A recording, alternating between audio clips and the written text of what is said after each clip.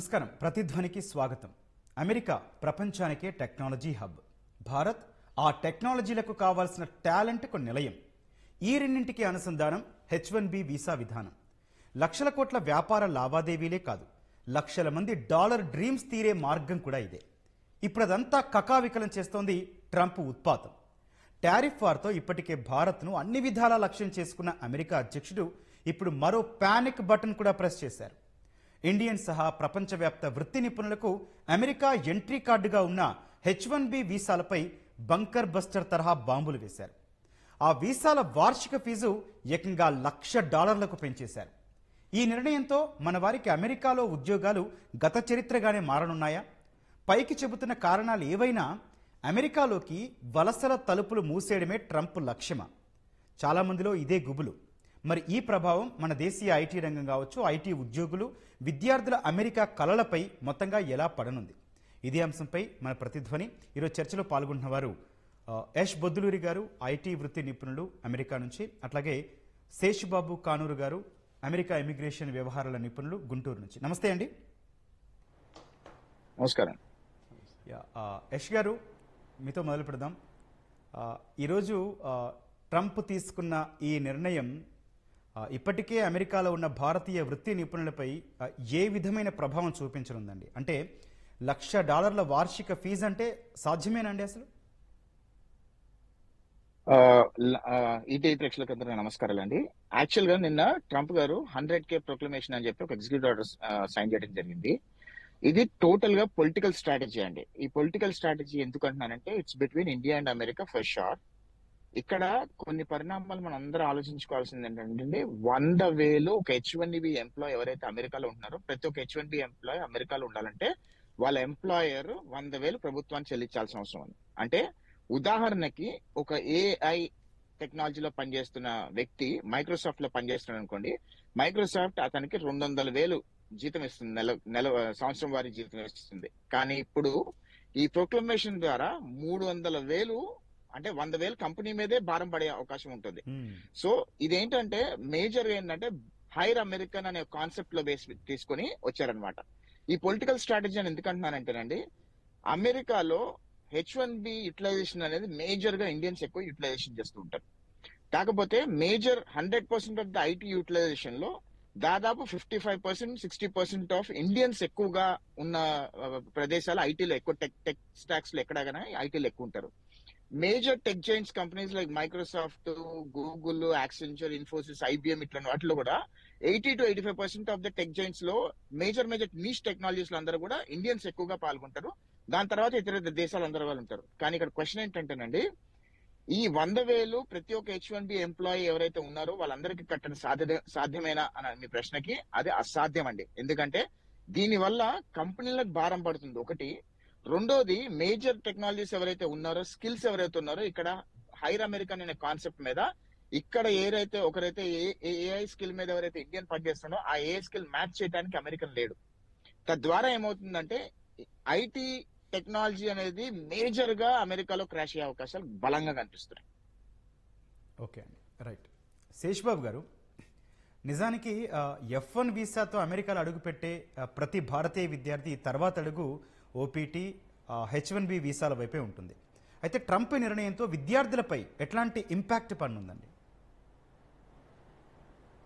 చాలా serious impact ఉంటుందండి మన స్టూడెంట్స్ మీద. ఎందుకంటే ఇప్పుడు మన ఆంధ్ర రాష్ట్రం లేకపోతే తెలంగాణ రాష్ట్రం, ఈ రెండు రాష్ట్రాల పరిస్థితి చూస్తే ఇక్కడ ఐటీ బూమ్, ఇంతకుముందు లాస్ట్ 30 సంవత్సరాల నుంచి వచ్చిన ఐటీ బూమ్ వల్ల చాలామంది స్టూడెంట్స్ ఇంజనీరింగ్ కాలేజీలో చేరిన పర్టికులర్ వాళ్ళు చూజ్ చేసినటువంటి ఆప్షన్ ఏంటంటే IT and electronic and communications ఇంజనీరింగ్లోనే ఎక్కువ మంది ఆప్షన్ చూజ్ చేసుకుని దాంట్లో ఇంజనీర్స్ కింద అయ్యారు.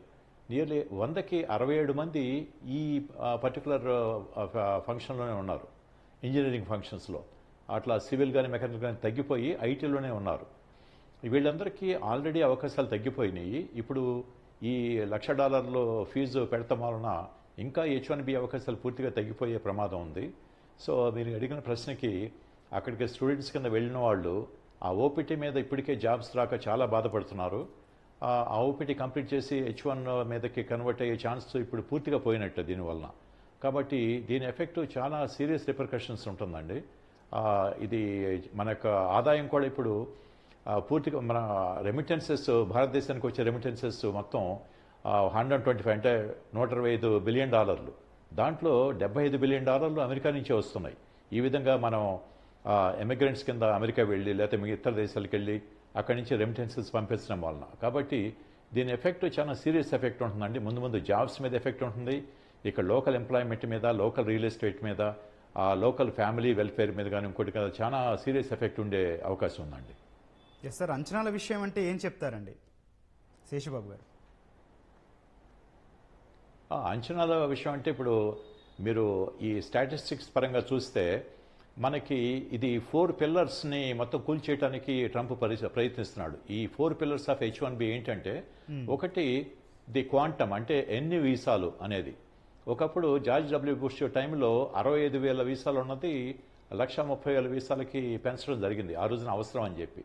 మళ్ళీ దాన్ని వెనక్కి తీసుకొచ్చి ఇప్పుడు 85,000 వీసాలకి తగ్గించారు ఆల్రెడీ. సో ఇదొక పిల్లరు. ఇప్పుడు దీనివలన మనకి ఆ క్వాంటమ్ అంటే ఆ 85 వీసాల నిష్పత్తి తగ్గకపోయినా, అంటే ఆ క్వాంటిటీ తగ్గకపోయినా కానీ ఇప్పుడు ఈ $1,00,000 ఫీజు వలన ఇప్పుడు అప్లికేషన్స్ మొత్తం ఆ 85,000 కూడా ఫిల్ అయ్యే పరిస్థితి లేదు. లాస్ట్ ఇయర్ వరకు కూడా మనం ఒక లాటరీ పద్ధతి మీద, అంటే 85,000 వీసాకి 2 లక్షల అప్లికేషన్స్ దాకా వెళ్ళటం వలన ఆ లాటరీ పద్ధతి మీద ఒక 85,000 కుదించి మనం తీసుకోవడం జరిగింది. ఇప్పుడు ఆ $1,000 కడితేనే అప్పుడు కొద్దిగా కష్టంగా ఉందని అనిపిస్తే ఇప్పుడు ఈ $1,00,000 కట్టే తీసుకునే పరిస్థితి లేదు. సో ఇది ఒక ఫస్ట్ పిల్లరు. సెకండ్ పిల్లర్ కూల్చేసేది ఏమిటంటే ఈ ఫీజు ఇంప్రూవ్, అది ఫీజు ఇంక్రీజ్ ఫ్రమ్ 1,000 to 100,000, ఇది సెకండ్. తర్వాత వ్యాలిడిటీ పీరియడ్, అంటే ఫస్ట్ టైం వచ్చినటువంటి visa H1 visa period validity 3 సంవత్సరాలు ఉంటుంది. దాని తర్వాత ఒక గ్యాప్ వచ్చిన తర్వాత మరొక 3 సంవత్సరాలు, అంటే 6 సంవత్సరాలు ఆ వీసా వ్యాలిడిటీ పీరియడ్ ఉంది. కాబట్టి ఇప్పుడు ఈ 6 సంవత్సరాల పీరియడ్కి వెళ్ళే ఛాన్స్ కూడా చాలా కష్టం. ఎందుకంటే 6 సంవత్సరాలకి సంవత్సరానికి $1,00,000 చొప్పున పే చేసే పరిస్థితి చిన్న మన ఐటీ సర్వీస్ కంపెనీలకి ఏమీ ఉండదండి. అందుకని అది పూర్తిగా నాశనం అయిపోయే పరిస్థితి ఇప్పుడు. సో ఈ విధంగా ఈ 4 పిల్లర్లని మొత్తం పడగొట్టాలని చెప్పి ట్రంప్ ప్రయత్నం చేస్తున్నాడు. ఈ విధంగా అల్టిమేట్గా H1 ప్రోగ్రామ్ని రూపుమాపటమే ఒక ధ్యేయంగా పెట్టుకొని ప్రయత్నం చేస్తున్నాడు. కానీ దీనివలన లోకల్గా ఎంప్లాయ్మెంట్ పెరుగుతుందనే ఆశ ఉంది. కానీ ట్రంప్ యొక్క అడ్మినిస్ట్రేషన్లో నిజానికి అది అవ్వటం మాత్రం చాలా కష్టం అండి. ఎందుకంటే ఇది మన భారతదేశానికి ఒక అవకాశం. వీళ్ళందరూ వెనక్కి వస్తే ఇక్కడే మనం ఐటీ రంగం అభివృద్ధి అయ్యే అవకాశం కనపడతాం. ఆ పాయింట్ కూడా మాట్లాడదామండి. దానికన్నా ముందు యష్ గారు, జనరల్గా అందరి చూపు ఐటీ సెక్టర్ మీద ఉన్నా కూడా ఐటీతో పాటు భారతీయ విద్యార్థులు మిగిలిన ఎవరి మీద ఈ ప్రభావం ఎక్కువ కనిపించే అవకాశం ఉందండి? మేజర్ గా ఈ H1B మీద H1B 100K అనే విధానం .1 లోనే ఉందండి. ఈ run after major tech companies investing in India, దాని మీద కూడా టారిఫ్లు వేయటము, అవుట్ సోర్సింగ్ మీద టారిఫ్లు వేయటము, తద్వారా ఇండియాని ఏదో రకంగా తన దారిలో తీసుకొచ్చే ప్రయత్నంలో భాగంగానే ఆ స్ట్రాటజీ, పొలిటికల్ స్ట్రాటజీలో భాగంగా ఈ 100K ప్రొక్లమేషన్ ఎగ్జిక్యూటివ్ ఆర్డర్ అనేది వచ్చిందండి. దీని మేజర్ గా ఇంపాక్ట్ వచ్చేసి ఇక్కడ ప్రస్తుతము ఉన్న H1Bల మీద మేజర్ ఇంపాక్ట్ ఉంటుంది. అంటే ఒక్క విషయం అండి, ఈ H1B ఇది ఏదైతే 100K ప్రొక్లమేషన్ ఎగ్జిక్యూటివ్ ఆర్డర్ నిన్న సైన్ చేశారో అది రేపు మండే రోజు ఖచ్చితంగా పెద్ద పెద్ద టెక్ జైంట్స్ అందరూ కూడా కోర్టులో వేస్తారు, దాన్ని స్టే తీసుకొస్తారు. కానీ ఇదేంటంటే ఒక భయభ్రాంతులకు క్రియేట్ చేయడానికి, ఉదాహరణకి ఇవాళ నుంచి స్టార్ట్ అవుతుందండి. అంటే ఇవాళ రేపట్లో ఈ శని ఆదివారాల్లో ఎవరైతే అమెరికాలోకి వస్తారో, ఎంటర్ అవుతారో వాళ్ళందరినీ ఇమిగ్రేషన్ వాళ్ళు ఏమంటారు, 100,000 కట్టిన మీకు రిసిప్ట్ ఉందా చూపించండి, లేదంటే మీరు వెనక్కి వెళ్ళండి అనే ఒక భయభ్రాంతులకు గురి చేసి అక్కడ 100 మంది 200 మందిని వెనక్కి పంపించి దీన్ని ఒక పానిక్ మోడ్ క్రియేట్ చేస్తే ఇండియన్ గవర్నమెంట్ ఏమన్నా దీని మీద రియాక్ట్ అవుద్దా అనే చూడాలి అనే ప్రయత్నంలో ట్రంప్ అడ్మినిస్ట్రేషన్ ఉన్నట్టుగా దీని అంతా చూస్తే అర్థమవుతుంది. కానీ ఇక్కడ మేజర్ ఏంటంటేనండి, అమెరికా నుంచి ఇండియాకి ఐటీ సర్వీస్ సెక్టర్, అది ఏదైనా కానివ్వండి, అది డెవలప్మెంట్ లో కానివ్వండి, సర్వీస్ లో కానివ్వండి, కాల్ సెంటర్ లో కానివ్వండి, ఇతర వివిధ అంశాలలో 16 to 18% ఆఫ్ ద జీడిపిని మన ఇన్ఫ్లుయెన్స్ చేయగలుగుతుంది అని స్టాట్స్ చూస్తే అర్థమవుతుంది. ఇన్ఫర్మేషన్ టెక్నాలజీ మీద. ఎందుకంటే మేజర్ ఇన్ఫర్మేషన్ టెక్నాలజీ ప్రొవైడ్ చేసే వాళ్ళందరూ కూడా అమెరికాలో ఉన్నారు, దిగ్గజ కంపెనీలను కూడా. ఆ దిగ్గజ కంపెనీలన్నీ కూడా హెడ్ క్వార్టర్స్ అన్ని కూడా ఇండియాకి మూవ్ చేస్తారా అని అంటే ఖచ్చితంగా మూవ్ చేసే అవకాశం ఉండదు. ఎందుకంటే ఇక్కడ ఏమన్నారంటే, నేను ఒక టెక్ సీఈఓతో మాట్లాడినప్పుడు టెక్ సీఈఓ అన్నాడు, ట్రంప్ ఉండేది 3 సంవత్సరాలు, ఇంకో 3 సంవత్సరాలు. ఆయన తీసుకుంటున్న నిర్ణయాల వల్ల అమెరికా అనేది కూడా కొద్దిగా ఇబ్బందులు పడుతుంది. దాని పరిణామాలు ఎలా ఉంటాయని కోర్టులో తెలుసుకుంటాను తప్పితే ఇవన్నీ కూడా పెద్ద మూవ్ అయ్యే అవకాశాలు లేదు అంటారు. కానీ మేజర్ గా లాంగ్ స్టోరీ షార్ట్ ఏంటంటే, ఇక్కడ ఉన్న H1B వీసాలు ఎవరైతే ఉన్నారో వాళ్ళందరూ పానిక్ మోడ్ లోకి వెళ్తారు. వాళ్ళందరూ పానిక్ మోడ్ లోకి వెళ్తే ఏమవుతుందంటే హౌసింగ్ మార్కెట్ కొలాప్స్ అవుతుంది. Once as in housing market collapse అయింది అనుకోండి, ఐటీ ఇండస్ట్రీ మార్కెట్ కొలాప్స్ అవుతుంది, స్టాక్ మార్కెట్ కొలాప్స్ అవుతుంది. ఇవంతా కూడా H1Bలుగా ఉన్న వాళ్ళ మీద కంటే కూడా అమెరికా మీద కూడా చాలా పెద్ద భయంకరమైన పరిణామం పడే అవకాశం ఉంది. కాకపోతే ట్రంప్ మనస్తత్వం ఎలాంటిదంటే, దీనిని రెసిషన్ మోడ్ లోకి తీసుకెళ్తే ఏమవుతుందో చూద్దాము, లేదా రెసిషన్ మోడ్ లోకి వెళ్తే ఇండియాకి ఏమైనా ఇంపాక్ట్ అవుద్దా, జీడిపిలో మనం ఇంపాక్ట్ చేయొచ్చా అనే ఒక పరిణామాల్లో వాళ్ళు తీసుకున్న నిర్ణయాలుగా కనిపిస్తున్నాయి. ఓకే, మనతో పాటు చర్చలో పాల్గొనడానికి జాయిన్ అయ్యారు డి రామకృష్ణ గారు, సిఐఏ ఏపీ మాజీ అధ్యక్షుడు, ఎప్ట్రానిక్స్ ఎండి. నమస్తే అండి రామకృష్ణ గారు. రామకృష్ణ గారు, భారత్ నుంచి అమెరికాకు నిపుణులు పంపే ఐటీ సంస్థలకు ఈ నిర్ణయంతో భారం ఎట్లా పెరుగుతుందండి? మన దిగ్గజ సంస్థలైన ఇన్ఫోసిస్, టీసీఎస్, విప్రో వంటి సంస్థలు కావచ్చు, మరి వాటి ఉద్యోగుల పరిస్థితి ఏంటంటారండి? న్యాచురల్గా అండి, బేసిక్గా ఏంటంటే $1,00,000 is not small amount, almost double the salary అవుతుంది.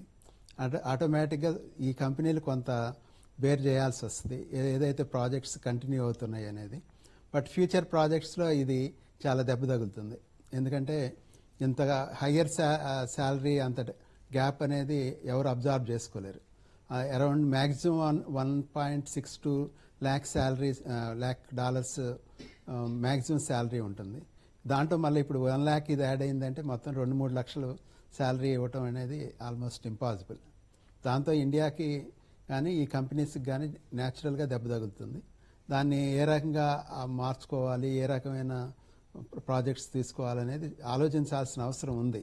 ఎందుకంటే ఆల్మోస్ట్ ఇది ఈరోజు ఇండికేషన్ కాదు, ఆల్మోస్ట్ లాస్ట్ టైం ట్రంప్ వచ్చినప్పుడే కొంత ఇండికేషన్ ఉంది. ప్రజెంట్ కూడా మరి 1 year నుంచి మనం దీనికి ప్రిపేర్డ్గా లేకపోవడం కూడా ప్రాబ్లమే అవుతుంది. ఇప్పుడు భారత విదేశాంగ శాఖ కూడా దీనికి సంబంధించి స్పందించిన పరిస్థితి అండి. ఇది ప్రభావితం చేసే అంశం అంటూనే కూడా దీనిపై అధ్యయనం చేస్తా అని చెప్పి కూడా అంటోంది. ఏ రకమైన అధ్యయనం చేస్తా అనుకుంటారండి? అంటే బేసిక్గా అండి, ఇప్పుడు మనకి ఉన్న ప్రాబ్లం ఏంటంటే, మనం సాఫ్ట్వేర్ని ఇండియాకే చాలా సాఫ్ట్వేర్ కావాలి, దాని మీద ఎవరు దృష్టి పెట్టలేదు. అంతా ఏంటంటే ఇంటర్నేషనల్ సర్వీసెస్ అదే మేజర్ డైమెన్షన్గా తీసుకుంటున్నారు. సెకండ్ ఏమవుతుందంటే, కాలేజెస్లో కూడా న్యూ టెక్నాలజీస్ని సాఫ్ట్వేర్ బిల్డ్ చేయడానికి కావాల్సిన కేపబిలిటీస్ బిల్డ్ చేయకుండా ఆ ఇంటర్నేషనల్ కంపెనీస్లో అక్కడ ఉన్న సర్వీసెస్ గురించే ఎక్కువ మాట్లాడుతూ ఉన్నారు. దాంతో ఏమవుతుందంటే, మనం ఏదైనా ప్రొడక్ట్స్ డెవలప్ చేసుకోవాలన్నా, ఒక్కోటి చేయాలన్నా కూడా అటువంటి మ్యాన్ పవర్ లేకుండా మనం ఓన్లీ ఇతర దేశాలకు సర్వీస్ చేయడం కోసమే మనం మేజర్గా అనే ఆబ్జెక్టివ్ పెట్టుకుంటే, ఎందుకంటే డాలర్స్లో వస్తుంది మనకి, అదే డాలర్స్ మనకి ఇంపోర్ట్ ఫైనాన్స్ హెల్ప్ అవుతుంది కాబట్టి దాన్ని మేజర్గా తీసుకుంటున్నారు. But what is going to happen to the future? మనకి ఇండిజినస్గా మన సాఫ్ట్వేర్స్ బిల్డ్ చేసుకుంటున్నామా, మనకు కావాల్సిన టెక్నాలజీ బిల్డ్ చేసుకుంటున్నామా, అట్లాగే other part of the technologies, mechanical, civil, లేకపోతే ఆ ఇంజనీరింగ్స్ని టోటల్గా నెగ్లెక్ట్ చేయడం, ఇదంతా ఆలోచించాల్సిన అవసరం ఇప్పుడు.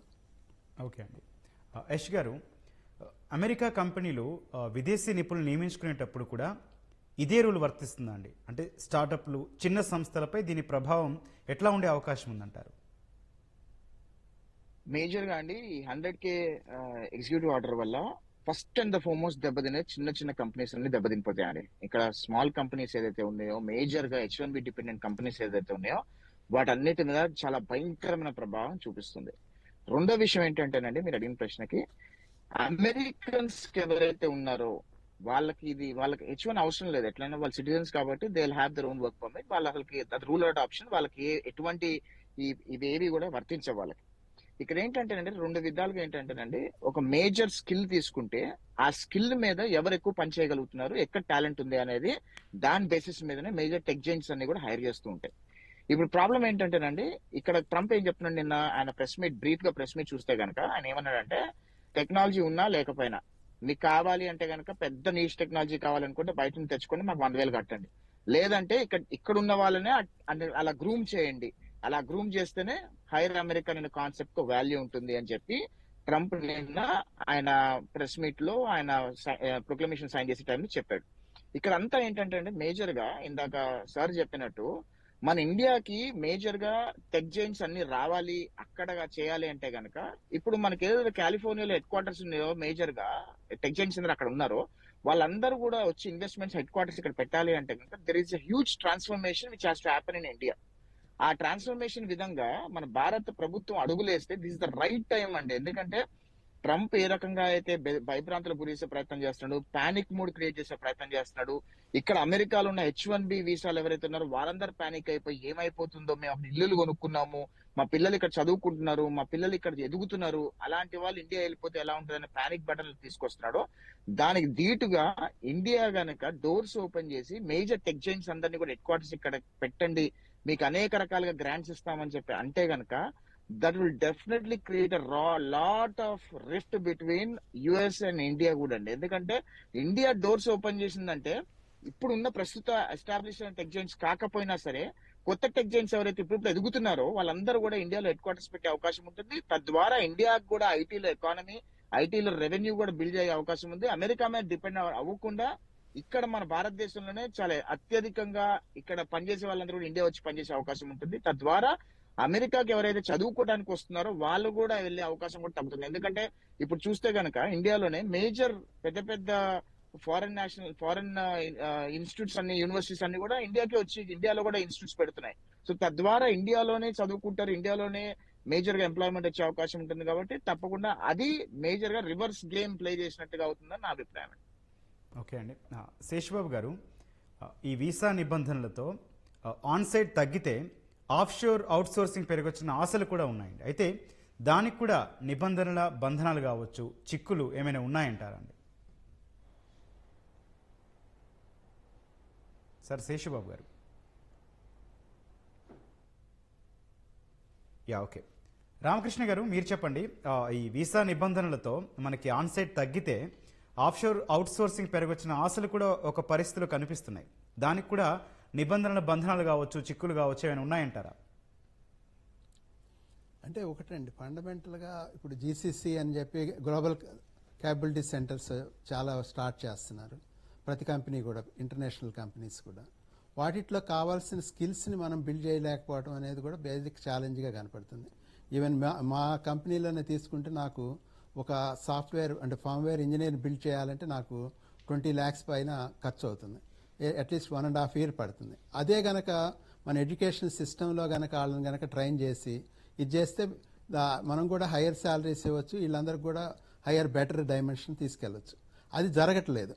ఎందుకంటే ఈ ఎడ్యుకేషన్ ఇన్స్టిట్యూషన్స్కిను ఇటు ఇండస్ట్రీలో కావాల్సిన స్కిల్స్, డెవలప్మెంట్ కావాల్సిన స్కిల్స్ అనేది there is a huge gap, including IITs.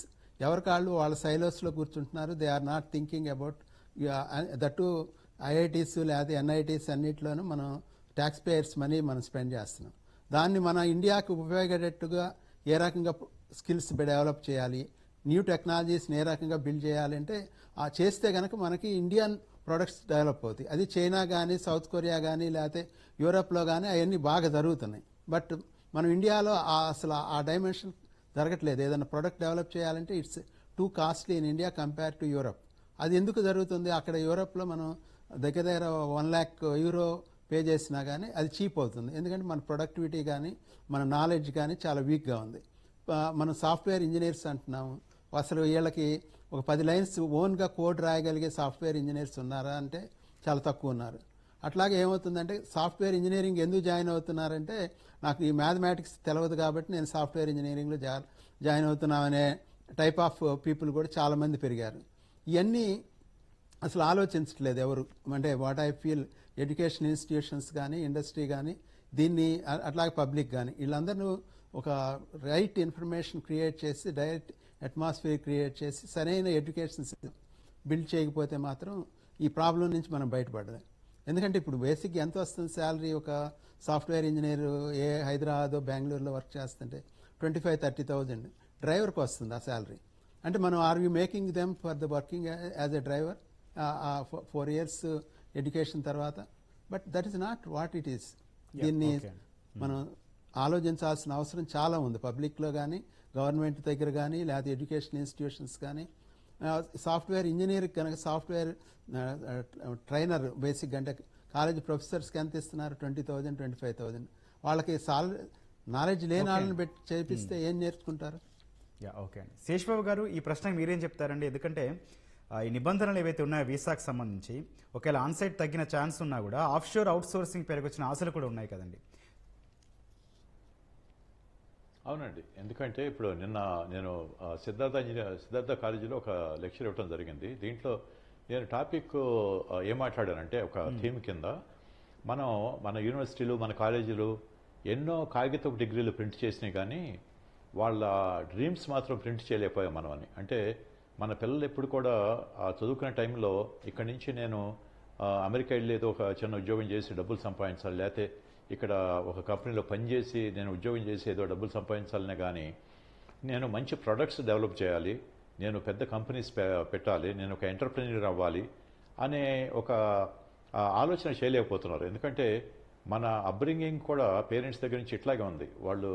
నేను చాలామంది ఈ ఇంజనీరింగ్ స్టూడెంట్స్ని, ఐటీకి వెళ్ళిన వాళ్ళని అడిగితే, ఏమంటే మీరు ఎందుకు ఈ IT and electronics and communications engineering select చేస్తున్నారు ఇంజనీరింగ్ డిగ్రీ అంటే, మా పేరెంట్స్ చెప్పారు, మా అమ్మ చెప్పింది, లేకపోతే మా నాన్న చెప్పారు, అందుకే నేను జాయిన్ అయినా అని చెప్పి అన్నారు. కానీ వాళ్ళు స్వతహాగా వాళ్ళకు ఒక ఐడియాస్ కానీ వాళ్ళకు ఒక డ్రీమ్ కానీ లేదు. సో మరొకటి ఇక్కడ నేను చూసింది ఏంటంటే, నేను వాళ్ళతో ఇంటరాక్ట్ చేయడానికి, బాబు నీకేంటి, వాట్ ఈజ్ యువర్ డ్రీమ్, ఏం చేయాలనుకుంటున్నావు, నువ్వు పెద్ద పైకి ఈ ఎడ్యుకేషన్ అయిన తర్వాత ఏం చేయదలుచుకున్నావు, నువ్వు ఎంటర్ప్రెన్యూర్ అవుతావా, ఏమవుతావు అంటే వాళ్ళకు ఒక ఐడియా లేదు. ఎందుకంటే వాళ్ళు ఏదో మెకానికల్గా వచ్చి చదువుకొని పరీక్ష రాసి పాస్ అయ్యి ఇంటికి వెళ్ళాలనే ఉద్దేశంతో వచ్చినట్లుగా కనపడతా ఉంది. కాబట్టి వాళ్ళకి ఒక డ్రీమ్ని క్రియేట్ చేయాల్సిన అవసరం చాలా కనపడుతోంది ఈ రోజుల్లో. సో ఎందుకని ఇట్లా స్తబ్దుగా ఉన్నారు మన యువత, మన స్టూడెంట్స్ అని ఆలోచిస్తే, మనకి ఈ ఎడ్యుకేషన్ అంతా కూడా it is focused on exam and passing the exam. కానీ అసలు యాక్చువల్గా వాళ్ళ క్రియేటివిటీని, వాళ్ళ యొక్క టాలెంట్ని బయటికి తీసుకురావాల్సినటువంటి ఎడ్యుకేషన్ మన యొక్క దీంట్లో, మన వ్యవస్థలో లేదు. కాబట్టి ఇక్కడ ఫండమెంటల్ చేంజ్ చాలా అవసరం అని చెప్పి నాకు అనిపించిందండి. అంతేకాకుండా ఈ కార్పొరేట్ స్కూల్స్లో చదివిన వాళ్ళ పేర్లు చెప్పదలుచుకోవట్లేదు నేను. ఆ స్కూల్స్లో చదివిన వాళ్ళు ఎట్లా ఉంటారంటే, ఒక హాస్టల్లో ఉండి చదువుకుని వాళ్ళు పొద్దునుంచి సాయంత్రం దాకా వాళ్ళని రుబ్బి వాళ్ళ యొక్క ఫోకస్ అంతా కూడా పరీక్ష పాస్ అవ్వాలి మనం, లేకపోతే ఫస్ట్ మార్క్ తెచ్చుకోవాలి, 97% రావాలి, 98% రావాలనే ఒక దృష్టితోనే చదివించడం జరిగింది. కానీ అట్లా కాకుండా వాళ్ళ దగ్గర రియల్ టాలెంట్ ఏంటి, వాళ్ళ దగ్గర ఒక హిడెన్ టాలెంట్స్ ఏమైనా ఉన్నాయా, వాటిని బయటికి తీసుకొద్దామనే ఆలోచన ఈ ఇన్స్టిట్యూషన్స్ ఏవి కూడా చేయట్లేదు. సో ఆ ఫండమెంటల్ చేంజ్ వస్తే, ఇందాక రామకృష్ణ గారు చెప్పినట్లుగా మన యొక్క సొసైటీని ఒక హైటెక్ ఎన్వైరన్మెంట్ కింద, ఒక ప్రొడక్టివిటీ సొసైటీ కింద, ఒక ప్రొడక్ట్ డెవలప్మెంట్ సొసైటీ కింద మనం మార్చే అవకాశం ఉందండి. లేకపోతే ఇట్లాగే ఈ చిన్న ఉద్యోగాలు చేసుకుంటా మనకి ప్రపంచం యొక్క బ్యాక్ ఆఫీస్ లాగా ఇప్పుడు మనం పనిచేస్తుంది. సర్వీసెస్ బ్యాక్ ఆఫీస్ అంటే ఒక ఇండియాకి వెళ్ళండి, లేకపోతే ఫిలిప్పీన్స్కి వెళ్ళండి, వాళ్ళు కొద్దిగా ఇంగ్లీష్ మాట్లాడగలరు కాబట్టి మీకు కావాల్సిన పని వాళ్ళు చేస్తారు. వాడు 15,000 20,000 రూపాయలు ఇస్తే మీకు బ్యాక్ ఆఫీస్లో ఒక కస్టమర్ సపోర్ట్ ఎగ్జిక్యూటివ్ కింద పనిచేస్తారనే ఒక థీమ్ డెవలప్ అయింది. దీని నుంచి మనం బయటపడాల్సిన అవసరం చాలా ఉందండి ఇప్పుడు. రామకృష్ణ గారు, ట్రంప్ ఆదేశాల నేపథ్యంలో అమెరికా వెలుపల ఉన్న తమ H1B వీసా ఉద్యోగుల్ని వెంటనే తిరిగి రావాలని టెక్ కంపెనీలు ఆదేశాలు ఇచ్చినట్లు చూశాం. అయితే ఎందుకనండి, అట్లా ఎందుకు? అంటే బేసిక్గా ఏమవుతుందంటే, ఇప్పుడు ఇక్కడ నుంచి అంటే అన్ని కండిషన్స్లో అది జరుగుతుందా లేదా నాకైతే క్లారిటీ లేదండి. బట్ ఇక్కడ నుంచి మాత్రం అమెరికా వెళ్ళకపోతే విత్ ఇన్ సమ్ పీరియడ్ లోపల, విత్ ఇన్ డేట్ 22nd ఎప్పుడో డేట్ లోపలికి అక్కడికి వెళ్ళకపోతే న్యాచురల్గా $1,00,000 పే చేయాలి. కాబట్టి న్యాచురల్గా they ask for them to, అంటే వాళ్ళని అక్కడ బ్యాక్ రమ్మని ఆదేశాలు ఇచ్చుంటారు. అది కనుక లేకపోతే మళ్ళీ వాళ్ళకి లోపలికి రావడానికి 1,00,000 కంటే తక్కువ కదా. అది అట్లాగా వర్క్ కూడా ఏమవుతుందంటే డిస్టర్బ్ అవుతుంది. వాళ్ళు కనుక స్పెషాలిటీలో ఒక వర్క్ చేస్తున్నప్పుడు సడన్గా ఒక 10 రిసోర్సెస్ 20 రిసోర్సెస్ ఆ వర్క్ కనుక లేకపోతే అది కట్టన్నా తీసుకోవాలి, లేకపోతే వర్క్ అన్నా డిస్టర్బ్ అవుతుంది. అటువంటి డిస్టర్బ్ కాకుండా ఉండాలంటే ముందలే అక్కడ కనుక వాళ్ళు బ్యాక్ ఉంటే ఆ ప్రాబ్లం రాకుండా ఉంటుంది అనేది ఒక ఆలోచన అయి ఉంటుంది. ఓకే అండి. జనరల్గా మనం చూసినప్పటికీ వెంటనే విత్ ఇమీడియట్ యాక్షన్ ఆ నిర్ణయం తీసుకోవడానికి మెయిన్ రీజన్ ఏమై ఉంటుందండి? అంటే అఫ్కోర్స్ అండి, బేసిక్గా మార్నింగ్ కూడా నేను మా కంపెనీలో వచ్చి ఒక వర్క్ తీసుకునే ఒక అమెరికన్తో మాట్లాడాను దీని ఇష్యూ గురించి మార్నింగే. అతను ఏమన్నారండి? చెప్పేది ఏంటంటే అతను రకరకాల అంటే స్టడీగా ఏం డెసిషన్స్ తీసుకోవట్లేదు, ఇన్స్టెంట్గా తీసుకుంటున్నాడు. ఇదే కనుక ఇదే ఇయర్ ఇంత పెంచుకుంటూ వెళ్తాను నేను 2-3 years 4 yearsకి ఇదిగో నాకు ఇంత సినారియో క్రియేట్ చేస్తానని అంటే మేము కూడా బిజినెస్లు మేనేజ్ చేసుకోగలుగుతాం. సడన్గా ఇంత అంటే ఇదే చేస్తే అక్కడ స్మాల్ అండ్ మీడియం కంపెనీస్ అన్ని ప్రాబ్లమ్స్లో పడతాయి. ఎందుకంటే మేము we can't pay higher salaries in US also. Small companies కానీ మైక్రో కంపెనీస్ అన్ని మేము $40,000-50,000 వరకు అయితే పే చేయగలుగుతాం, కానీ దాటి పే చేయగలిగే స్తోమత కానీ మాకు అది వైబుల్ కాదు. కాబట్టి small and micro medium industries అన్ని కూడా దెబ్బతింటాయి. అది స్టెప్ బై స్టెప్ ఇది చేస్తే మేము ప్లాన్ చేసుకోవడానికి మాకు స్కోప్ ఉంటుంది. సడన్గా ఇట్లా ఇది చేసడం అనేది బిజినెస్ డిస్టర్బ్ అవుతుంది. లైక్ మన కోవిడ్ వచ్చినప్పుడు ఎట్లయితే లాక్డౌన్ అయిందో అది కూడా ఇదే సినారియో లాగా డిస్ట్రప్షన్ అవుతుంది. అది ప్రతి వాళ్ళ ఫీలింగ్ అంతే, దాంట్లో ఇంకా వేరే దాన్ని ఎవరు సమర్థించట్లేదు, అమెరికన్స్ కానీ ఇండియన్స్ కానీ ఎవరైనా కానీ వరల్డ్ వైడ్గా కూడా.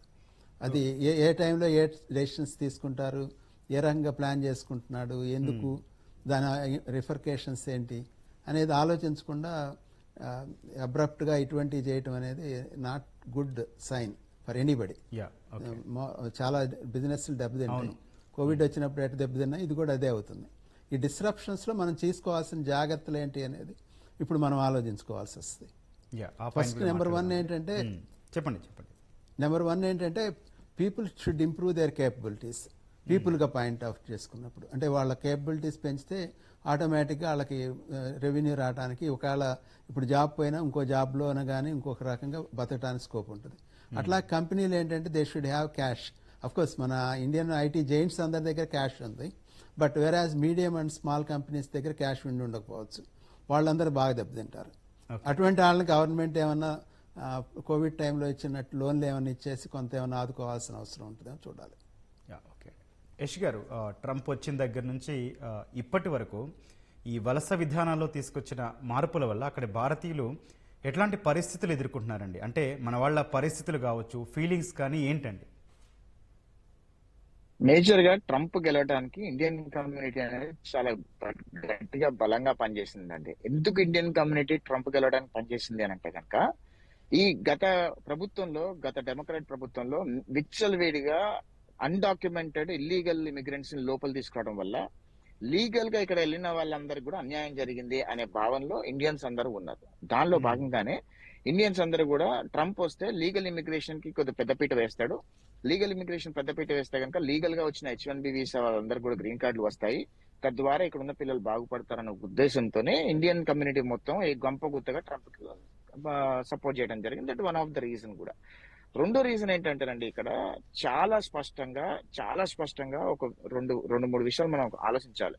ట్రంప్ వచ్చిన తర్వాత అమెరికాని ఏదో పెద్ద అగ్రరాజ్యంగా నేను ఎక్కడో పెడతాను అనే భావనలో ఇతర దేశాలని భయభ్రాంతులకు గురిసే ప్రయత్నం చేస్తున్నాడు. దానిలో భాగంగా మేజర్ గా ఇండియాని అనేక రకాలుగా టారిఫ్లు వేసి భయపెట్టాలని చూస్తే ఇండియా ఎక్కడ తలకపోవడంతో అదే విధంగా ఇండియా బ్రిక్స్ నేషన్ లోకి వెళ్లి ట్రంప్, చైనా, రష్యా, ఇండియా ఈ మూడు చాలా బలంగా అవుతున్నారు.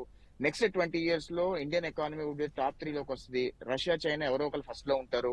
అమెరికా మళ్ళీ సెకండ్ లో ఉండిపోద్ది అనే ఒక భయంలోకి వచ్చేసి ఏదో ఒక రకంగా ఆ బ్రిక్స్ నేషన్ ని బ్రేక్ చేయడం కోసం, ఇండియాని దానిలో జాయిన్ అవ్వకుండా ఉండడం కోసం ఈ ఐటీ సంస్థల మీద, ఐటీ ఎక్స్పోజర్ మీద, ఐటీ మన ఫోర్క్లోజర్ మీద ఏదైతే మనకు ఇండియాలో చేస్తున్నారో, అవుట్ సోర్స్ చేస్తున్నారో దాని మీద గనక భయంకరంగా ఒక బ్యాన్ తీసుకొచ్చి దాన్ని ఏదో రకంగా చేయగలిగితే గనక ఇండియా తలొగ్గుతుంది అనే ఒక ఉద్దేశంలో భాగంగానే ఈ స్కెచ్ అంతా నడుస్తుందండి. దీనిలో భయంకరమైన పొలిటికల్ స్ట్రాటజీ ఉంది. దీనిలో భాగంగా ఇక్కడ ఇండియన్స్ ఎందుకు పానిక్ అవుతున్నారు? ఎందుకంటే ప్రతి ఒక్క H-1B మీద ఉన్నవాడండి ఒక సొంత ఇల్లు కొనుక్కుంటాడు. వాళ్ళకి ఒకలో ఇద్దరు పిల్లలు ఉంటారు, వాళ్ళు ఇక్కడ పుట్టుండి ఉంటారు, వాళ్ళు ఇక్కడ చదువుకుంటారు, వాళ్ళు ఒక 10 సంవత్సరాలు వచ్చింటారు, వాళ్ళు ఇక్కడ అలవాటు పడి ఉంటారు. ఈ మొత్తం ఈ సిస్టమ్ అంతా కూడా వాళ్ళు ఇండియాకి మూవ్ చేస్తే పిల్లలు అక్కడ అలవాటు పడతారా లేదనేది ఒకటి ఫస్ట్ థింగ్.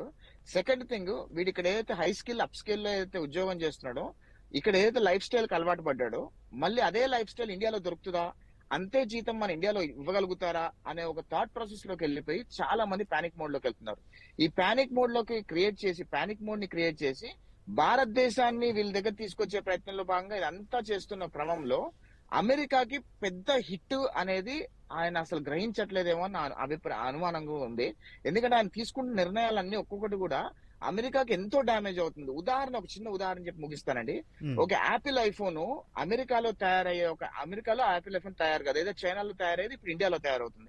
ఇండియాలో యాపిల్ ఐఫోన్ తయారైతే ఇండియాలో అది $1,300 వర్త్ అనుకోండి. అదే అమెరికాకు వచ్చేసరికి $1,700 అవుతుంది. $500 ఎక్కువ పెరుగుతుంది. $500 ఎవరు భరిస్తున్నారు? కన్స్యూమర్. అది ట్రంప్ అర్థం చేసుకోవట్లా. ఇక్కడ కొనుక్కునేవాడు, నేను ఐఫోన్ ఇండియాలో కొనుక్కుంటే $1,300 వస్తుంటే అదే ఐఫోన్ అమెరికాలో కొనుక్కుంటే $1,700 వస్తుంది. అది నేను $500 నేను భరిస్తున్నాను, ట్రంప్ భరించట్లేదు అది. సో అది ట్రంప్ అర్థం చేసుకోవట్లేదు. ఆ రివోల్ట్ అనేది ఖచ్చితంగా ప్రజల్లో అమెరికన్స్ కూడా అర్థమవుతుంది. దట్ అమెరికాని ట్రంప్ ఏదో రకంగా చిన్నాభిన్నం చేసే ప్రయత్నం చేస్తున్నాడు తప్పితే, ఆయన తీసుకెళ్లే ప్రయత్నం చేస్తున్నాడు తప్పితే ఎక్కడ కూడా అమెరికాకి బాగు చేసేది, మంచి చేసే ప్రయత్నం చేయట్లేదు అనే అభిప్రాయం మెజారిటీ ఆఫ్ ద అమెరికన్స్ లో ఉంది. ఎందుకంటే మెజారిటీ ఆఫ్ ద అమెరికన్స్ కూడా ఇక్కడ ఇమిగ్రెంట్స్ గానే వచ్చారు, ఇమిగ్రెంట్స్ గా వచ్చి ఇక్కడ సిటిజన్స్ అయ్యారు. కాకపోతే ట్రంప్ మనసులో ఏంటంటే తెల్లమే ఇక్కడ అమెరికన్స్, మిగతా వాళ్ళు ఎవరు అమెరికన్స్ కాదు, మిగతా వాళ్ళందరూ బయట నుంచి వచ్చిన వాళ్ళే అనే అభిప్రాయాల్లో ఆయన ప్రవర్తన ఉన్నట్టుగా అనిపిస్తుందండి. ఓకే అండి. శేషవ గారు మీరేం చెప్తారు? యశ్ గారు కూడా చెప్తున్నారు, అట్లాగే చాలా మంది భయపడుతున్నట్లు కూడా. ఒకవేళ ట్రంప్ నిర్ణయం అమెరికాకు వలసల తలుపు మూసేయడమే అయితే ఆ దేశానికి నష్టమేం జరగదా? దాన్ని వాళ్ళు తట్టుకోగలరా? అంటే ఇప్పుడు ఇక్కడ ఈ H1 $1,00,000 ఫీజు పెడతాం వెనకాల ఒక బలమైన కారణం ఆయన చూపిస్తున్నారు. అదేంటంటే ఇప్పుడు ఎంతకాలం ఇప్పుడు ఈ H1 వీసా ప్రోగ్రామ్ అనేది 1973-74 ప్రాంతం నుంచి ఇది కంటిన్యూ అవుతా ఉంది. సో దీన్ని పూర్తిగా యూజ్ చేసుకున్నాం. దీంట్లో మన టోటల్గా ఇష్యూ అయినటువంటి H1 వీసాల్లో 71% వీసాస్ మన ఇండియన్స్కి వచ్చినాయి. ఆ విధంగా మనం ఈ స్టెమ్ డిగ్రీ ఉన్న వాళ్ళందరూ అమెరికాకి వెళ్ళి అక్కడ మంచి ఉద్యోగాలు సంపాదించి అక్కడ స్థిరపడి ఎంతో రెమిటెన్సెస్ ద్వారా మన భారతదేశానికి కూడా చాలా మేలు చేసి ఈ లాస్ట్ 40 years చాలా మంచి ఉపయోగం జరిగింది. కానీ ఇది పూర్తిగా ఇక జీవితాంతం ఇది అమెరికా చేస్తుంది అనేది అది సరైన నమ్మకం కాదండి. కాబట్టి ఏదో ఒక టైంలో ఇది అంతం అవుతుందనేది, ఎందుకంటే అప్పుడు టెంపరీగా పెట్టిన ప్రోగ్రామ్ అది మనం చాలా కాలం అనుభవించాం. కాబట్టి మనం ఇంతటితో తృప్తిపడి, అయితే ఈ లాస్ట్ 40-50 yearsలో మనం కూడా చాలా డెవలప్ అయ్యాం. టెక్నాలజీ లోకల్గా డెవలప్ అయింది, మన టాలెంట్ పూల్ కూడా డెవలప్ అయింది, కొత్త ప్రొడక్ట్స్ ఇన్నోవేషన్స్ కూడా చాలా అయినాయి. ఇప్పుడు మీరు చూస్తే ఇప్పుడు ప్రజల యొక్క జీవన పరిమాణం కూడా బాగా పెరిగింది. కానీ ఇంకా కొద్దిగా ఈ బ్యాక్ ఆఫీస్ వర్క్ నుంచి మనం లోకల్గా ప్రొడక్ట్ డెవలప్మెంట్ సైడు, ఇంకా హై టెక్నాలజీ సైడు మనం ప్రభుత్వాలు కూడా చాలా కొన్ని నిర్ణయాలు తీసుకుని ఆ టాలెంట్ ఇప్పుడు చాలామంది తిరిగి రావడానికి ప్రయత్నం చేస్తున్నారు. కాబట్టి వాళ్ళ టాలెంట్ని యూజ్ చేసుకుని మన భారతదేశాన్ని కూడా అమెరికాతో సమానంగా ఆ టెక్నాలజీ ఇన్నోవేషన్ని పూర్తి చేస్తే అప్పుడు ఈ యొక్క అంతరాలు చాలా తగ్గుతాయండి. ఎందుకంటే చైనా చూడండి, ఇప్పుడు లాస్ట్ 40-50 yearsలో it has become almost like US in terms of technology. And వాళ్ళకి ఇంకా అమెరికా కంటే కూడా బెటర్ టెక్నాలజీ కొన్నింటిలో డెవలప్ చేశారు. అటువంటి టెక్నాలజీ మనం బిల్డ్ చేసే అవకాశం, ఇది సువర్ణ అవకాశం అని చెప్పి నాకు అనిపిస్తూ ఉంది. సో ఈ ట్రంప్ ఈ $1,00,000 ఇప్పుడు 2 రోజుల లోపల మీరు వస్తే కనుక సరే, లేకపోతే కనుక మీరు పే చేయాలనే దాని వెనకాల కారణం ఏంటంటే ఎవరైతే నిజమైన టాలెంటెడ్ పీపుల్, నిజమైన అవసరం ఉందో వాళ్లే రాగలుగుతారు, మిగతా వాళ్ళు రాకుండా ఆపేద్దామనే ఒక ఆలోచన ఉంది. సో ఈ ఇల్లీగల్ ఇమిగ్రేషన్ వలన వచ్చిన నష్టాన్ని ఏదో రకంగా భర్తీ చేసుకోవాలనే ఒక ఆలోచనలో ఉన్నాడు ఇప్పుడు. సో ఈ వీసా పెంపు, ఈ ఫీ పెంపు వలన ఈ $1,00,000 కనుక, ఈ 85,000 వీసాలు కనుక ఆ $1,00,000 పే చేస్తే దగ్గర ఒక $10 billion ఇన్కమ్ కూడా వస్తుంది దేశానికి, అమెరికాకి. సో దాని ద్వారా ఈ ట్రైనింగ్ పొంది లోకల్గా టాలెంట్ని డెవలప్ చేసుకోవాలనే ఒక ఆలోచన కూడా ఉంది. అయితే దానివలన మనకు వచ్చే నష్టం ఏంటంటే దగ్గర 75 నుంచి $80 billion నష్టం మన దేశానికి అమెరికా నుంచి ఉంది. సో ఇవన్నింటినీ బేరీజ్ చేసుకుని దీని ఎఫెక్ట్ ఎట్లా ఉంటుందని చూడాల్సిన అవసరం ఉందండి. ఓకే అండి. రామకృష్ణ గారు, ఈ కుదుపులు ఎంతకాలం ఉండొచ్చండి? మన సంస్థలు ఎంతవరకు తట్టుకోగలవు? కొంచెం డీటెయిల్గా చూస్తే కొన్ని అంచనాల ప్రకారం అమెరికా ఆధారంగా ఈ భారతీయ ఐటీ సంస్థల కార్యకలాపాల విలువ ఒక ఏటా 8 నుంచి 10 లక్షల కోట్లు అంటున్నారు. ఇంత మొత్తానికి ఆల్టర్నేటివ్ మార్కెట్ అసలు సాధ్యమా అండి? అంటే ఇండియాలో పెద్ద మార్కెట్ ఉందండి, యాజ్ ఇట్ ఈస్గా. ఇండియా కానీ అదర్ దేశాల్లో చాలా మార్కెట్ ఉంది. కాకపోతే ఏంటంటే మనం వాళ్ళ ప్లాట్ఫామ్స్, వాళ్ళ టెక్నాలజీ మీదే వర్క్ చేస్తున్నాం. ఇప్పుడు ఏడబ్ల్యూఎస్ అని కానీ లేకపోతే గూగుల్ కానీ లేకపోతే అదర్ కంపెనీస్ లైక్ మైక్రోసాఫ్ట్ కానీ ఆరకిల్ కానీ లేకపోతే శాప్ అని ఇటువంటి టెక్నాలజీస్ మీదే మనం వర్క్ చేస్తున్నాం. అది బేస్ మీదే వర్క్ చేస్తున్నంతకాలం ఇది ప్రాబ్లం అవుతుంది. మనం ఏరాస్ చైనా కానీ అదర్ కంట్రీస్ ఏం చేస్తున్నాయి అంటే వాళ్ళ టెక్నాలజీస్ వాళ్ళు బిల్డ్ చేసుకొని సెల్ఫ్ సఫిషియన్సీ అయినాయి. బట్ ఇండియాలో ఆ రకంగా మనం అడుగులేస్తే ఆటోమేటిక్గా మనకి ఛాన్స్ ఉంటుంది. అది కనుక చేయకుండా ఓన్లీ వాళ్ళ సర్వీసెస్ మీదే మనం వర్క్ చేస్తామంటే మాత్రం ఈ కంపెనీలన్నీ కూడా గ్యారంటీగా దెబ్బతింటాయి. అది ఫండమెంటల్ ఆస్పెక్ట్. దీనికి 2-3 ఇష్యూస్ జరగాలి. ఎందుకంటే ఇప్పుడున్న కంప్యూటర్ టెక్నాలజీ చాలా పవర్ఫుల్ టెక్నాలజీ ఉంది. మొబైల్ టెక్నాలజీస్ పవర్ఫుల్గా ఉన్నాయి. మనం యూపీఐ స్ట్రాంగ్గా బిల్డ్ చేయగలిగాం. అటువంటి ప్రొడక్ట్స్ చాలా చేయొచ్చు ఇండియా కోసం. బట్ వాటి గురించి ఎవరు ఆలోచించట్లేదు. ఎంతసేపటికి ఏంటంటే క్విక్గా మనాడు హయ్యర్ శాలరీస్కి వెళ్ళిపోవాలి, పని చేయకుండా ఎక్కువ డబ్బు రావాలి, లేకపోతే అమెరికా పంపించేస్తే అక్కడ జీవన విధానం ఎట్లుంది అనేది మొన్న నేను కొంతమందిని అడిగితే మా ఫ్రెండ్స్ని, వీళ్ళు ఇప్పుడు $5 per hourకి ఇళ్లలోకి వెళ్ళి పని చేస్తున్నారు. ఎంఎస్ కోసం అని వెళ్ళి అటువంటివన్నీ. అంతకుముందు అన్న ఈ పెట్రోల్ బంక్లోనో లేకపోతే ఈటిట్లో వర్క్ చేసేవాళ్ళు. ఒక రకంగా టాలెంట్ లేని వాళ్ళు కూడా చాలా మంది వెళ్తున్నారు. ఇంకోటి ఏమవుతుందంటే ఓవరాల్గా అక్కడ ట్రంప్ అడ్మినిస్ట్రేషన్లో they have lot of data.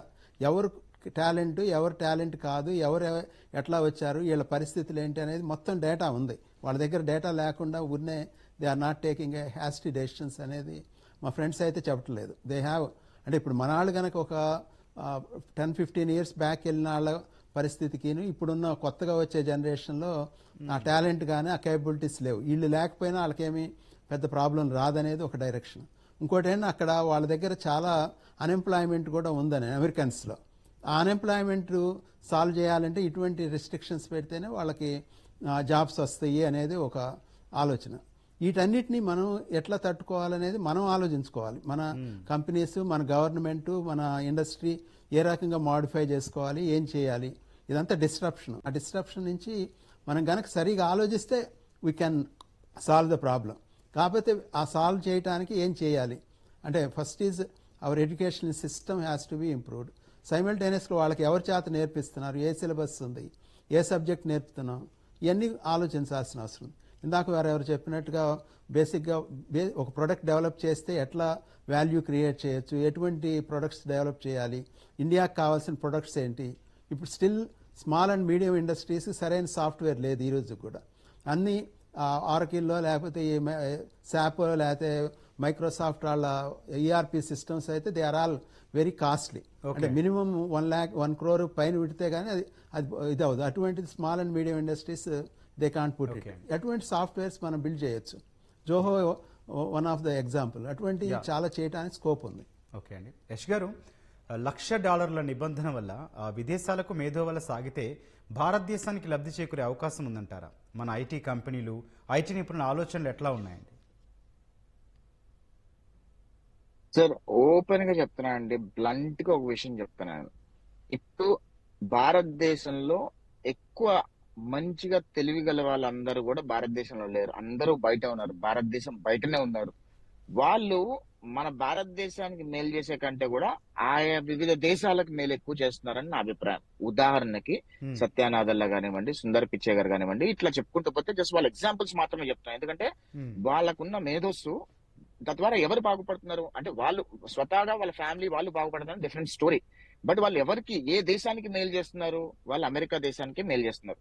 అదే సీఈఓలు, అట్లాంటి దిగ్గజ సీఈఓలు భారతదేశానికి వచ్చి అలాంటి అంత మేధస్సు మన భారతదేశంలోనే తీసుకొచ్చి ఇక్కడ కొత్త సాఫ్ట్వేర్ తయారు చేసి కొత్త ప్లాట్ఫామ్స్, ఇప్పుడు ఇందాకసారి చెప్పినట్టే AWS ప్లాట్ఫామ్ కానివ్వండి, SAP ప్లాట్ఫామ్ కానివ్వండి, మైక్రోసాఫ్ట్ ప్లాట్ఫామ్స్ కానీ ఇతర ప్లాట్ఫామ్స్ అన్ని కూడా వీళ్ళందరూ కూడా ఇండియాలోకి వచ్చి ఇండియాలోనే కొత్త కొత్త ప్లాట్ఫామ్స్, కొత్త కొత్త టెక్నాలజీస్ క్రియేట్ చేస్తే అమెరికానే మన వైపు చూసే రోజు వస్తుంది అతి త్వరలోనే.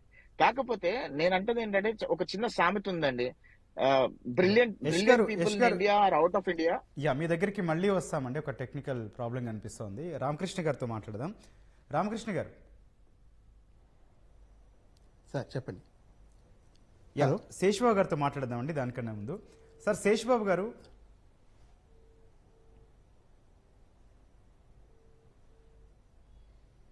రైట్, రామకృష్ణ గారు మీరే చెప్పండి. సార్ ఇట్లాంటి ఒక నిర్ణయం తీసుకునే ముందు కాయిన్కి ఒక సైడే చూస్తూ ఉంటారా, లేకపోతే కాయిన్కి ఇంకో సైడ్ చూస్తూ ఉంటారా? అంటే ఎట్లాంటి చర్చ జరుగుతుంది అంటారు వాళ్ళ దగ్గర? అదేనండి, ఇందాక నేను చెప్పినట్టుగా వాళ్ళ దగ్గర చాలా డేటా ఉందండి. ఇప్పుడు ఎవరైనా H1 వీసా ఇదిగా అయినప్పుడు వాళ్ళు సోషల్ మీడియాలో వీళ్ళు ఏం చేస్తున్నారు, వీళ్ళ కేపబిలిటీస్ ఏంటి అన్ని మొత్తం దే ఆర్ కలెక్టింగ్ ఇట్. అంటే డేటా లేకుండా వాళ్ళు ఏం చేయటం లేదు. మనం ఇప్పుడు మన సౌత్ కొరియా వాళ్ళు మాట్లాడంగానే ట్రంప్ ఇమీడియట్ గా దిగొచ్చాడు. అదే ఇండియాతో ఎందుకు దిగి రావట్లేదు? ఎందుకంటే ఇండియాతో నాకు పెద్ద పని లేదు, ఇండియన్ ప్రాబ్లమ్స్ నేను ఈజీగా సాల్వ్ చేసుకోగలను. వెరాజ్ ఇప్పుడు ఫిలిప్పీన్స్, వియత్నాం, లేకపోతే ఇంకా చాలా అదర్ కంట్రీస్ కూడా నాకు సపోర్ట్ చేయడానికి ఉన్నాయి. ఇటువంటి వర్క్ అక్కడి నుంచి కూడా నేను చేయించుకోగలను.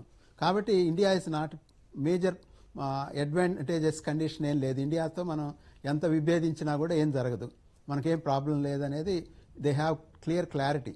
మనకే అది క్లారిటీ లేదు. మనం ఏదో ఎమోషనల్గా ఆలోచిస్తున్నాం, కానీ మనం ఏ రకంగా మన ఇంట్రెస్ట్ని కాపాడుకోవాలి, మన ఇంజనీరింగ్ సిస్టమ్స్ని ఎట్లా బిల్డ్ చేసుకోవాలి, అటువంటి ఏం ఆలోచించట్లేదు అసలు. మనం ఎంతసేపటికి నేరో మైండెడ్గా షార్ట్ కట్గా ఇమీడియట్గా డబ్బులు ఎట్లా వస్తాయి, మావాడు ఎట్లా పైకి ఎదుగుతాడు అనేది ఒక డాలర్ డ్రీమ్తో నుంచి బయటికి రావాలి. అట్లాగే గవర్నమెంట్ కూడా ఏది కరెక్ట్ అనేది, ఇప్పుడు సపోజ్ సెమీ కండక్టర్ టెక్నాలజీస్ అని చెప్పి తీసుకొచ్చినాయి. దాంట్లో సెంట్రల్ గవర్నమెంట్ 50% PLI స్కీమ్ లో సబ్సిడీ ఇస్తుంది. అట్లా రకరకాల సబ్సిడీస్ ఇస్తున్నారు. దేనికి ఇస్తున్నారు? మన ఇండియాకి ఏమైనా ఉపయోగపడుతుందా అనేది స్టిల్ డౌటే. రైట్ అండి. శేషబాబు గారితో మాట్లాడదాం. సార్ శేషబాబు గారు, దౌత్యపరమైన మార్గాల్లో చర్చలతో దీనిపై ఊరటకు అవకాశం ఉంటుందంటారా? ఇప్పటికీ అమెరికా విద్యా ఉద్యోగం అంశాల్లో ఆశలు పెట్టుకున్న వారు ఏం చేయాలంటారు? అదేనండి, ఇందాక నేను చెప్పినట్లుగా ఇప్పుడు ఈ ప్రోగ్రామ్ ఇప్పుడు ఒక 45 సంవత్సరాల నుంచి ఇప్పుడు ఆల్రెడీ నడుస్తూ ఉంది. ఇది జీవితాంతం ఉంటుందని చెప్పి ఒక భ్రమలో మన భారతదేశం ఉంది ఇప్పటి వరకు. సో ఈ H1B ప్రోగ్రామ్ మీద వెళ్ళి అక్కడ సెటిల్ అయ్యి తర్వాత అక్కడ కొన్ని బిజినెస్లు పెట్టి లేకపోతే ఇండస్ట్రీస్ పెట్టి ఆ విధంగా చాలామంది సక్సెస్ అయ్యారు. సో అంతవరకు మనకి భారతదేశానికి చాలా సక్సెస్ క్రియేట్ అయింది. కానీ ఈ వీసా ఏదైతే ఇది నాన్ ఇమిగ్రెంట్ వీసా అండి, ఇది ఇమిగ్రెంట్ వీసా కాదు. ఈ నాన్ ఇమిగ్రెంట్ వీసా కింద వెళ్ళి మళ్ళీ అక్కడ ఇమిగ్రెంట్ కింద కన్వర్ట్ అయ్యి మనం ఆ విధంగా సక్సెస్ అయ్యాం. సో అమెరికా ఎప్పుడు కూడా ఈ నాన్ ఇమిగ్రెంట్ని మన ఇండియా నుంచి మనం తీసుకెళ్ళి పొలిటికల్గా మనం ఏ విధమైనటువంటి విభేదాలు ఉన్నా కానీ వాళ్ళు యాక్సెప్ట్ చేస్తారని అనుకుంటాం కూడా ఒక రకంగా పొరపాటే. ఎందుకంటే ఈ పొలిటికల్ ఈక్వేషన్స్లో మీకు తెలుసు అమెరికా కానీ రష్యా కానీ ఈ కంట్రీస్ అన్ని కూడా they give lot of importance to political mileage that they can bring in these associations. So ఆ నెట్వర్కింగ్ చాలా ఇంపార్టెంట్. మనకి ఇప్పుడు చూస్తే మనం వెళ్ళిన వలసదారుల్లో దాదాపు 80% వరకు అమెరికాకి వెళ్ళిన వలసదారులే మన ఇండియా నుంచి వెళ్ళిన వాళ్ళు. మిగతా యూరోపియన్ కంట్రీస్లో చూస్తే చాలా తక్కువ. ఇప్పుడు దీని ఇంపాక్ట్ మళ్ళీ మిగతా కంట్రీస్లో మనం వెళ్ళి అక్కడి నుంచి మనం సేమ్ థింగ్ కంటిన్యూ అవుతుందనేది అది ఇంపాసిబుల్ అండి. కాబట్టి దౌత్యపరంగా మనం ఏదో సాల్వ్ చేసుకుని మనం వీళ్ళందరినీ మళ్ళీ అక్కడ ఎంప్లాయ్మెంట్కి తీసుకెళ్ళటం అనేది అది జరగని పని అండి. సో ఇందాక రామకృష్ణ గారు చెప్పినట్లుగా ఇక్కడ లోకల్ ఇండస్ట్రీని డెవలప్ చేసుకుని మన instead of printing paper certificates as degrees వాళ్ళ డ్రీమ్స్ ప్రింట్ చేయాలనేది నా అభిప్రాయం అండి, నా యొక్క ఒక థీమ్ అది. సో అప్పుడు ఇందాక అన్నట్లుగా ఈ మన ఓన్ ఆపరేటింగ్ సిస్టమ్, ఇప్పుడు ఆండ్రాయిడ్ లాగా లేకపోతే విండోస్ ఆపరేటింగ్ సిస్టమ్ లాగా మన ఓన్ ఆపరేటింగ్ సిస్టమ్ లేదు. అట్లాగే ఈఆర్పీ సిస్టమ్స్ కూడా మన ఓన్ ఈఆర్పీ సిస్టమ్స్ అవి కూడా గ్లోబల్ స్కేల్ లేవు. సో ఇటువంటివన్నీ కూడా మనం ఎప్పుడైతే క్రియేట్ చేసామో అప్పుడు ఈ పొలిటికల్ లెవరేజ్ కూడా వస్తుంది. ఆ కంట్రీస్ అన్ని మన మీద డిపెండ్ అయ్యే పరిస్థితిని మనకు కనిపించాల్సిన అవసరం ఉందండి. ఒక ఇన్నోవేషన్స్ తర్వాత ఇన్వెన్షన్స్ మీద చేయాల్సిన అవసరం ఉంది. ఇప్పుడు మన ఆంధ్ర రాష్ట్రం చూస్తే లాస్ట్ 6-7 ఇయర్స్లో మనం దగ్గర 10 లక్షల కోట్ల రూపాయలు పంచిపెట్టాం ప్రజలకి. ఇది పావర్టీ ఎలివేషన్ కింద దాని కింద.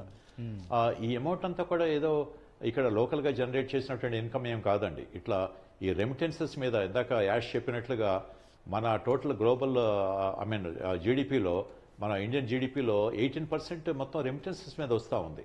దాన్ని ఎంతవరకు మనం యూజ్ చేశాము, ఏ విధంగా మన విద్యార్థులకి సరైన ఎడ్యుకేషన్ ప్రొవైడ్ చేశాము, దాంట్లో స్కూల్స్ని ఎంతవరకు మనం ఇంప్రూవ్ చేసాం అనేది లేదండి. ఎందుకంటే ఇప్పుడు వీళ్ళ స్కూల్స్కి వెళ్ళి చూస్తే కనుక మన ఆంధ్ర రాష్ట్రంలో ఏ స్కూల్లోనూ కూడా పూర్తిగా పనిచేసే బెంచీలు కానీ బల్లలు కానీ ఒక ఫెసిలిటీ కానీ ఏం లేదు. ఇరిగిపోయిన బల్లలు కుర్చీల మీద ఇంకా చదువుకుంటున్నారు. సో ఇది ఇక్కడ ఇంప్రూవ్ చేయాల్సిన పరిస్థితి చాలా ఉంది. రైట్ అండి, రైట్. థ్యాంక్ యూ అండి. చర్చలో పాల్గొన్నందుకు రామకృష్ణ గారు, అట్లాగే యశ్ గారు, శేషబాబు గారు థ్యాంక్ యూ అండి. ఇది నేటి ప్రతిధ్వని. నమస్కారం.